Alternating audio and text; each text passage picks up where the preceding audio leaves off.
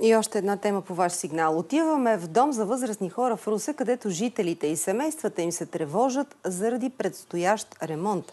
Защо хората се притесняват, вместо да са ентусиазирани? Включваме Ралица Маринова на живо от Дом Възраждане. Рали, здравей отново!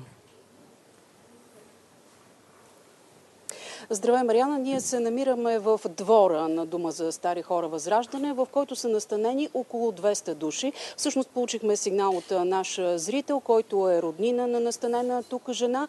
Според него хората са изключително притеснени предвид предстоящия ремонт, за който не разполагат с подробна информация. Но преди да научим повече по темата, ви предлагам да чуем и видим интервюто с нашия зрител.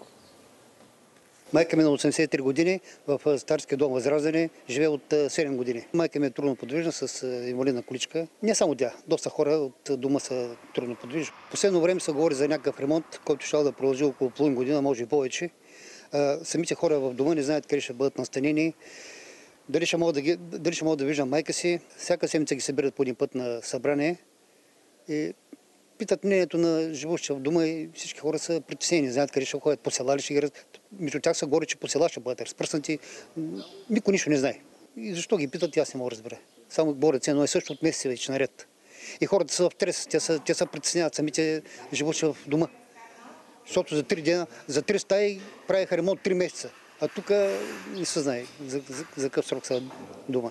Дали 6 месеца, дали 1 година, никой не може да каже нищо. И държат ги под напрежение хората.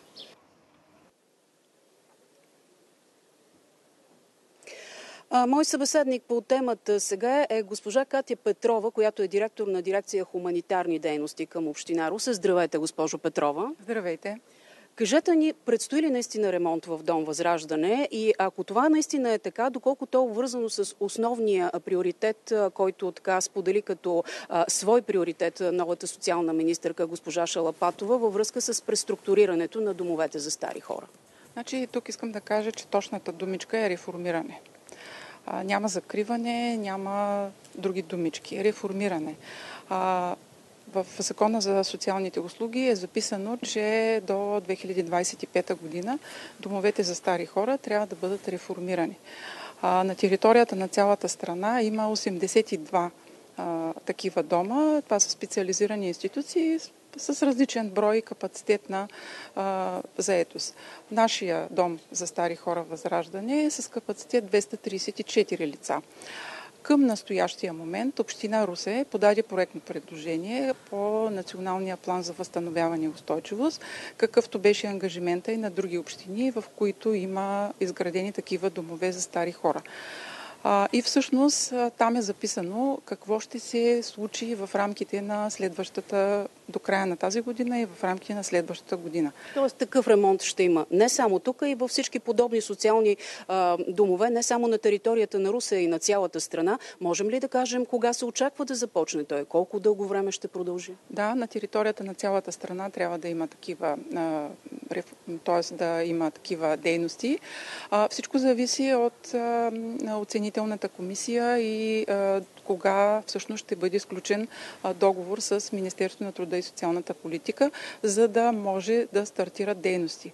В момента сме на етап избор на фирма, която да направи проектиране за съществуващата сграда. Това е сграда, която е строена 70-те години. И в крайна сметка тя в момента не отговаря на функционалните характеристики, такива каквито са записани в закона и наредбата за качество на социалните услуги. Добре, след като няма яснота кога ще започне ремонтът, можем ли поне да кажем къде ще бъдат настанени хората, докато тече той, защото като че ли това им е основното притеснение. Къде ще бъдат настанени? Роднините се притесняват, ще имат ли възможност да ги виждат както в момента, ще имат ли необходимите условия, особено хората, които са по-трудно подвижни, с физически увреждания, с инвалидни колички? Да, много добър въпрос, но в крайна сметка искам да кажа следното. Миналата година ние направихме ремонт на 3-ти етаж от Дома за стари хора Възраждане. И така бяха организирани дейностите, че хората не почувстваха известно неудобство в това, примерно ако в момента са сами в стая, да бъдат двама в стая, и хората продължиха да водят своя живот тук на територията на дома. Всичко ще бъде направено в интерес на хората. В това те да се чувстват добре и в крайна сметка да живеят в едни по-добри условия. А кога евентуално се очаква да приключи този ремонт или и това не можем да кажем? Всичко зависи от самия проект, от